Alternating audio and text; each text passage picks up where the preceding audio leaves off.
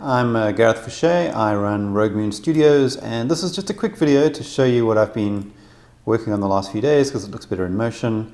So this is System Crash, but I'm currently building a different game called Cults of the End Times. It's the working title. I might change it if I find something I like better. It's a Lovecraft-inspired card game, somewhat similar to System Crash, but with some different mechanics.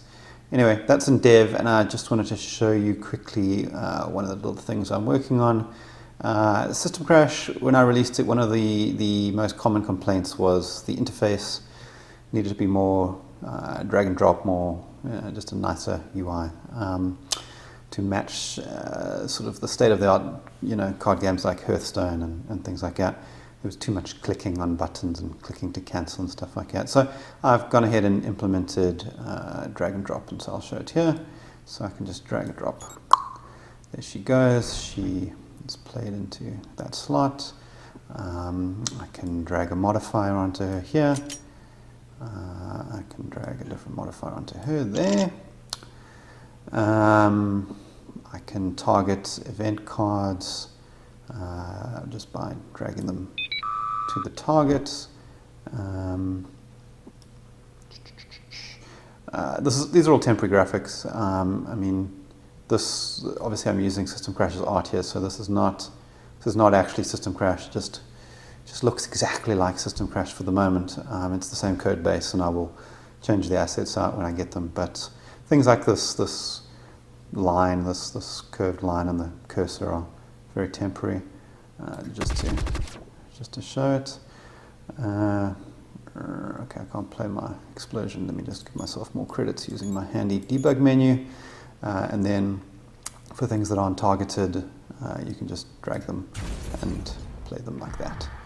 So it's not amazing. I mean, it's what people, it's the kind of the standard of quality people expect from the interface of these kind of games now. But when I originally made System Crash 6 years ago, one of the decisions I made was to try and keep things simple for myself as a developer. So I thought, a fancy UI with drag and drop and just might be a little bit more complicated. People can just click and then click to place. And I didn't think the extra click was that big a deal, but it does feel clunky in System Crash.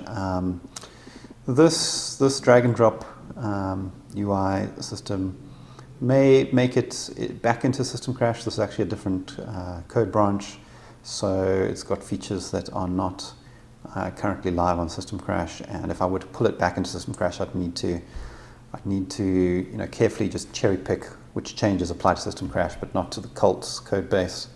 So that might take some finagling, which I might do for a new expansion. I probably won't do it just to whack the microphone there. Sorry.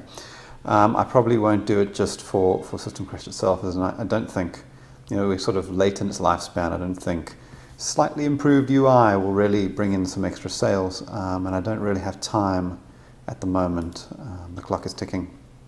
Don't really have time to do that now, but if I was going to do another System Crash expansion, which I'd like to do, but we'll see how sales go with the first one.